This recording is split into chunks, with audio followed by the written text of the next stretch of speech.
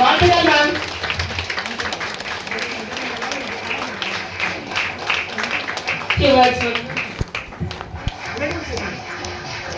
என் பெயர் ஜெயசியாம். என் பெயர் மாரிமுத்து.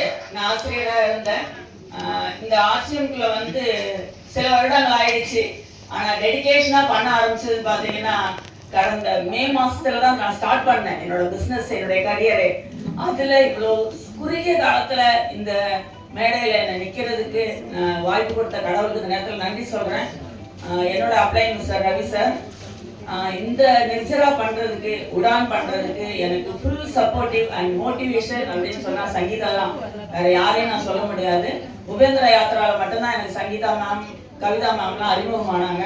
அதுல இருந்தே கொஞ்சம் நல்லா பேசுவாங்க. ஏதாவதுனா டவுட் கேட்டா சொல்லுவாங்க. கீசோல் பத்தி எனக்கு ஒண்ணுமே தெரியாது, எதுவுமே தெரியாது. ஏ டு சைடு தெரியாம ஜீரோவா இருந்த என்ன இந்த மேடையில ஒரு ஹீரோவா நிக்க வச்சு அழகு பார்த்து சங்கீதா தவிர யாருமே இல்லை. எனக்கு ஒரு மகள் போல, ஒரு சகோதரி போல இருந்து எனக்கு எல்லா சப்போர்ட்டும் பண்ணாங்க. என்னால பண்ண முடியாது மேம், என்னால பண்ண முடியாதுமா மேம்லாம் நான் சொல்ல மாட்டேன்.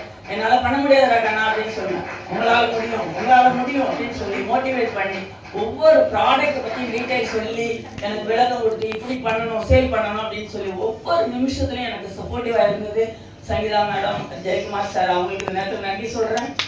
நான் 15 ஐடி முடிக்கிறதுக்கு முந்தின நாள் என் ஹஸ்பண்ட சொல்றேன், டெய்லி குழம்பிட்டே இருப்பேன், தலை வெடிக்கிற மாதிரி இருக்கு அப்படின்னு சொன்னேன். எங்க வீட்டுக்காரர் முந்தின நாளே சொல்லிட்டாரு, நீ கண்டிப்பா நாளைக்கு முடிச்சுருவ அப்படின்னாரு. ஆனா இன்னைக்கு வரைக்கும் நான் நிர்ஜரா பண்ண பிறகு ஒரு தடவை கூட என்ன பாராட்டவே இல்லை.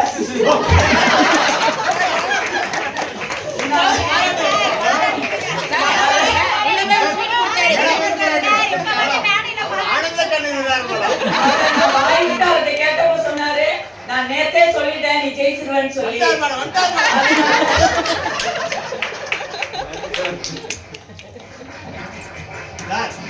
பாராட்டு எப்படி தெரிவிக்கிறோம்? நல்லா நாளைக்கு வந்து என்ன ஹஸ்பண்டுக்கு ஒரு பாடம்.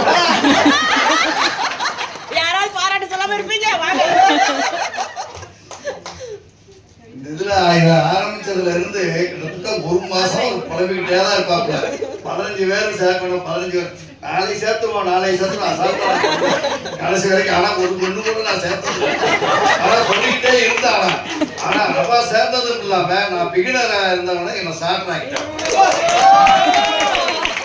நான் ஸ்டார்டர் ஆகணும்னா வாங்கினோம்னா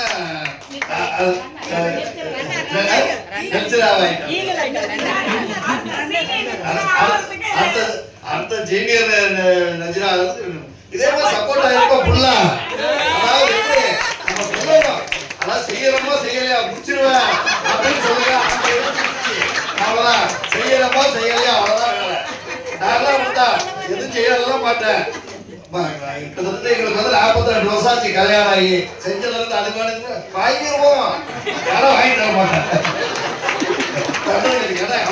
எனக்கே வந்து அவதான் எனக்கு இது பண்ணுவாங்க, எது வாங்குறது எதை இது பண்ணத. கிட்டத்தட்ட ஒரு 2 மாசத்துக்கு முன்னாடி ஒரு இது பார்த்தா, ஒரு கவிதை ஒரு பொண்ணு எழுதுனது. அடிமை, அதாவது ஒரு கணவன் மனைவியா இருக்கிறது. மனைவி வந்து ஒரு கணவனை வந்து அடிமையா வச்சு அவனுக்கு அடிமையா இருக்கும். அடிமைக்கு வந்து மனைவியா இருக்கக்கூடாது. ஆனா அவன் கணவனை வந்து ராஜாவுக்கு மனைவியா இருக்கணும் அப்படின்னு. அதே மாதிரி அவனை சொல்லிட்டு இருந்தேன். அதை என்ன பண்ணா, நான் கிட்டத்தட்ட ஒரு 6 மாசம் தான் ஆகுது செஞ்சு டப்புன்னு பிகினர் அடிக்க வச்சுட்டா. அடுத்து பிகினருக்கு எடுத்து ஸ்டார்ட் ஆகிட்டார். போன மாசத்துல ஸ்டார்ட் ஆகிட்டார். இது மாதிரி நான் வந்து இது மாதிரி மேல வந்தா இதா இருக்கும், உனக்குதான் பெருமை அப்படின்னு சொல்லுவேன். அதே நேரத்தில் அவனுக்கு கொடுத்தா சொல்லிக்கிட்டே இருந்தேன். அதே மாதிரி ஆகிட்டாப்ல. 1000 பேர் அடிச்சு சொன்னேன். அதே மாதிரி ஆகிட்டாப்ல. பெருமையா இருக்குது, சந்தோஷமா இருக்குது. நீங்க செய்யறீங்களோ இல்லையோ, ஆம்பளைய வந்து பெண்களை வந்து தடுக்காதீங்க. அவங்க செய்யறதுக்கு வந்து செய்யறேன் அவ்வளவுதான், செய்யறீங்களா இல்லையா அவ்வளவுதான் அவங்க சொல்லுவாங்க. அவங்களுக்கு வந்து நம்ம வந்து உதவிகள்லாம் செய்யறதுலாம் அவசியம் கிடையாது. அவ்வளவுதான். Okay, thank you. ஜெயாசியா, குண்டாசியா.